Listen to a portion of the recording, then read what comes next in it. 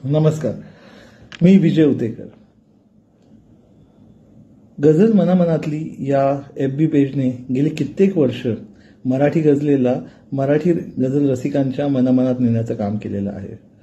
आणि यासाठी जीवन ताम्हाणे म्हणजे आमचे कवी कुमार यांनी अनेक गझलकारांना त्यांचा संपर्क साधून त्यांच्याकडनं त्या गझला मागून घेऊन त्यांचं एक शेड्यूल लावून त्या शेड्यूलनुसार त्या प्रकाशित करणं वगैरे हे सगळं काम अगदी गेली कित्येक वर्षे इमाने इतबारे केलेलं आहे.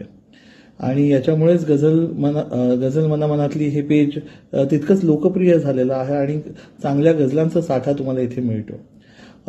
या पेजसाठी ते बरेच उपक्रम राबवत असतात आणि तसाच हा व्हिडिओ गझल हा उपक्रम त्यांचा सध्या चालू आहे आणि त्याच्यामध्ये त्यांनी मला इन्व्हाइट केलं एक गझल सादर करण्यासाठी. त्याबद्दल मी त्यांचे आभार मानतो आणि माझी एक गझल सादर करतो. म्हटलं असं आहे, हा प्रवास माझा इतका साधा नाही, हा प्रवास माझा इतका साधा नाही, मी माझा म्हणतो पण तो माझा नाही. हा प्रवास माझा इतका साधा नाही, मी माझा म्हणतो पण तो माझा नाही. आणि दिवसांची दोन्ही टोके जोडून असते, दिवसांची दोन्ही टोके जोडून असते, रात्रीला त्या कुठलाच किनारा नाही, रात्रीला त्या कुठलाच किनारा नाही.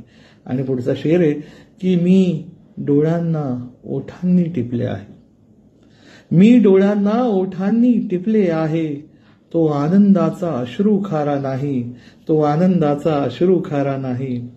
आणि दुसऱ्यांच्या उंच अपेक्षांचेच मनोरे, दुसऱ्यांच्या उंच अपेक्षांचेच मनोरे, माझ्या स्वप्नाला कुठेच थारा नाही, माझ्या स्वप्नाला कुठेच थारा नाही. आणि शेर आहे की चालली फुलांची रेलचेल बाजारी, चालली फुलांची रेलचेल बाजारी, पण मला हवा तो गुलाब ताजा नाही, पण मला हवा तो गुलाब ताजा नाही.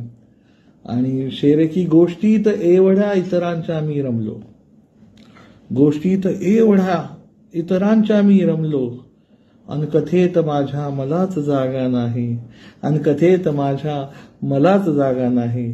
आणि शेवट करतोय की मी जपतो माझे मी पण इतके कारण, मी जपतो माझे मी पण इतके कारण, मी जपतो माझे मी पण इतके कारण, देवापाशीही माझा साचा नाही, देवापाशीही माझा साचा नाही. हा प्रवास माझा इतका साधा नाही, मी माझा म्हणतो पण तो माझा नाही. नमस्कार, धन्यवाद.